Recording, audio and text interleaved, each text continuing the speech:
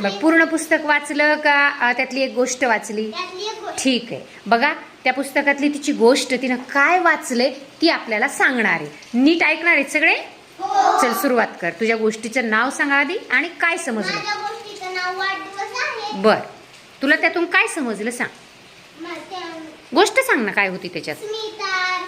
स्मिता गीता ते सगळेजण खेळायला मैदानात बर बर काही जण त्यांना 4 वाजताचा वेळ दिलता. बर, 4चा वेळ नीट ऐका.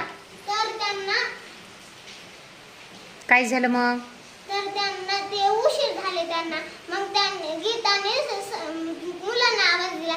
मग गीताचा आवाज ऐकून सगळे मुलं मैदानात आली. मग ते दोघांच्या 7 कशी वाजले कळलंच नाही खेळता खेळता. मग बरोबर आहे, सांग ना पुढं काय झालं? पुढे गेले 2 मिनिटात 5-6 मिनिटात ते घरी पोहोचले. बर, मग बघा तिची गोष्ट संपली. बघा तिनं हळवा खोपरा या पुस्तकातली वाढदिवस ही गोष्ट वाचली. वाढदिवसाचं काही सांगितलं का त्याच्यामध्ये? मग वाढदिवसाचं असेल ना त्याच्यामध्ये काहीतरी, सांग ना. मग घरी आल्यानंतर काय झालं? घरी आल्यानंतर स्मिताचा वाढदिवस होता. बर, तो म्हणला, ती म्हणली मी अंधाच्या शाळेत माझा वाढदिवस करायचा. वा वा वा. हा, त्यांनी स्मिताचा वाढदिवस त्या शाळेत व्हेरी गुड. हा, त्या शाळेत केला.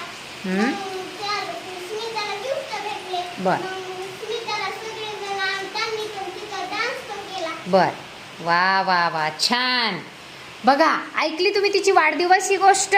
काय समजलं बरं तुम्हाला? काय समजलं तिच्या वाचलेल्या गोष्टीवरून? काय समजलं? तिचा वाढदिवस कुठे साजरा करायचं ठरवलं तिनं? कोणाच्या शाळेत? अंधाच्या शाळेत. बघा त्या मुलांना पण तिनं एक आपल्या वाढदिवसामध्ये त्यांना पण समाविष्ट करून घेतलं. अंध म्हणजे काय रे?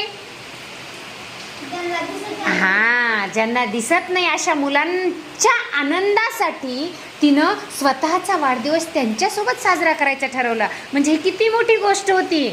त्यांना सुद्धा आनंद मिळावा, तिच्या आनंदामध्ये त्यांना सुद्धा तिनं सामावून घेतलं. म्हणजे काय केलं पाहिजे? आपल्या आनंदामध्ये आपण दुसऱ्याला पण सामील केलं पाहिजे. छान, तिच्यासाठी शाबासकीची टाळी. जोरात.